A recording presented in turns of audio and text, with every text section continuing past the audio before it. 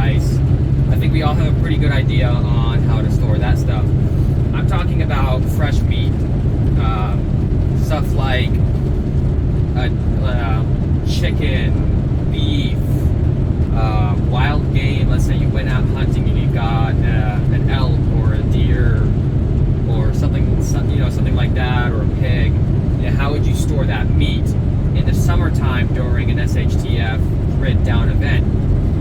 Now, believe it or not, there were methods of keeping food preserved, such as fresh meats, cold, before modern refrigeration. Okay, let's go back to ancient times. We're going to go to Iran, or Iran, or however you want to say it. Let's go to Iran. Okay, the Iranian ice houses. Really cool design. Really ingenious designs, actually. There were, I'll put a picture up on the screen of an old Iranian ice house. And you can see this large base, and inside, these things would be well insulated, like super well insulated, okay? And that's one of the big keys to storing ice, especially during the summertime. So, super well insulated. Down low to the ground is where you're going to store all your ice. And then you're going to layer your blocks of ice. You're going to want to layer it with like sawdust and straw and stuff like that between each block of ice. And that is the same concept when you go to the grocery store and you buy, you go to the deli section and you buy cheese, like you buy slices of cheese, and they cut it up right there, and they put the paper down, separating each slice of cheese, so it doesn't stick to each other. That's the same concept of layering your blocks of ice with sawdust and straw and hay and stuff like that, is so that the ice doesn't stick to each other. The ice doesn't freeze to itself or the next block of ice. It's that layer there which makes it easier for you to separate those blocks of ice to when you need to take that ice out, bring it inside, and put it in your ice box. We'll get to an ice box here after the ice house. So, on the ice house, you're going to want to layer, you're going to want to put your ice down close to the ground, or dig underground if possible, and then put your ice there, because ground level, beneath ground level, is a more stable temperature. So the temperature's not going to fluctuate as much as it would outside above ground level. So keep your ice down low, and then have it go way up, and then you're going to have a tall ceiling. Your heat rises. Cold air falls, heat rises. So you're going to want to funnel that hot air, because in the summertime, especially if you live where I live, down south, southwest New Mexico, south central New Mexico, it gets hot in the summertime. It gets 100, 110 plus degrees in the summertime. So, obviously inside your ice house, it's not perfect. It's not, obviously it doesn't have AC. So it's going to get warm inside. So you're going to want to have that natural funnel to funnel hot air out. So the hot air is going to go up and out through the top. So make sure you've got a design where it's going to do that. Now, on an ice house, you can build it yourself, or you can turn a shed into an ice house. That's what I might look into doing that myself, because I have a shed. Or, you can, like I said, you can make your own. You can buy one, Lowe's, Home Depot, Menards, wherever, hardware store.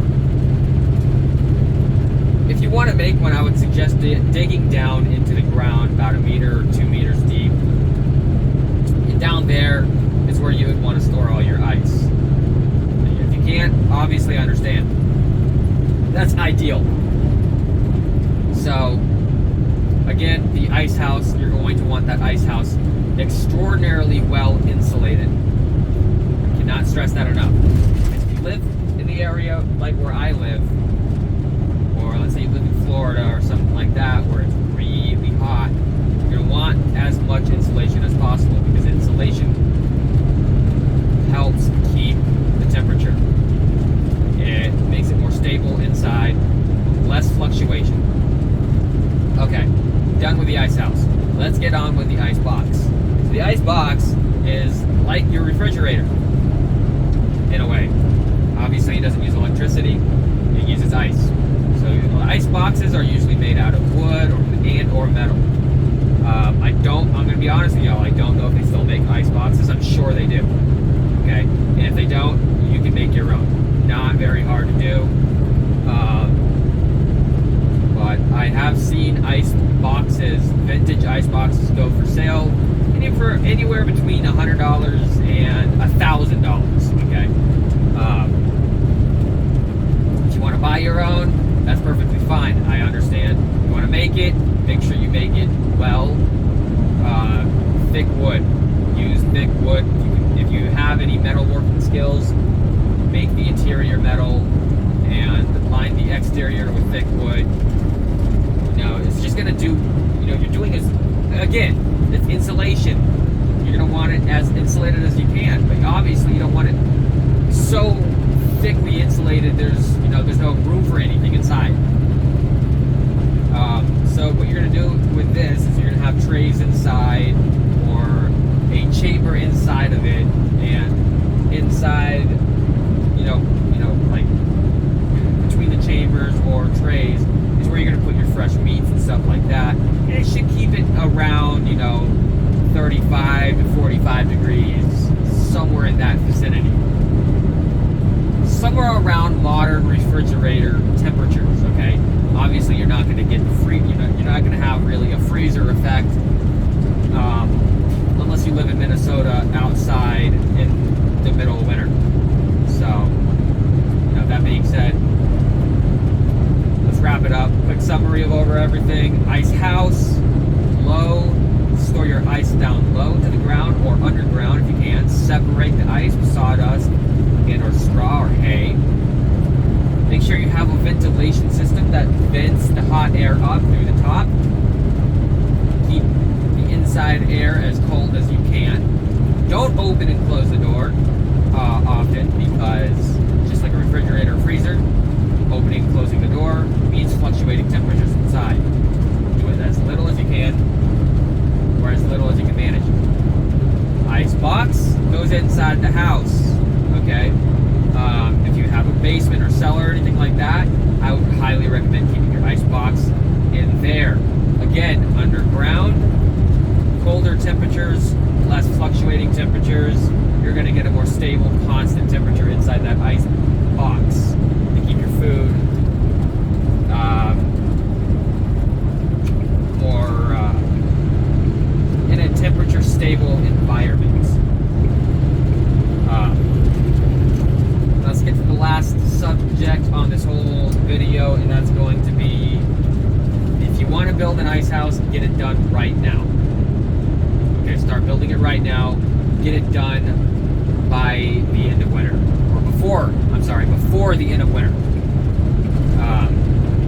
Because during the winter time is when you're going to collect all of your ice.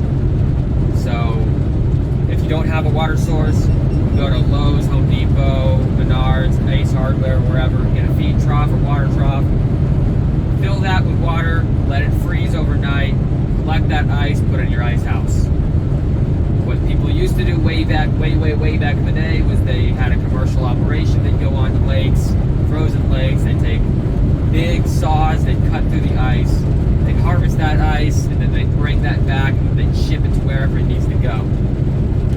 People's homes. That being said, guys, I hope this video was informative. I hope you all got some value out of it. Please like, share, do all the things. Because keeping ice in the summertime may seem impossible until you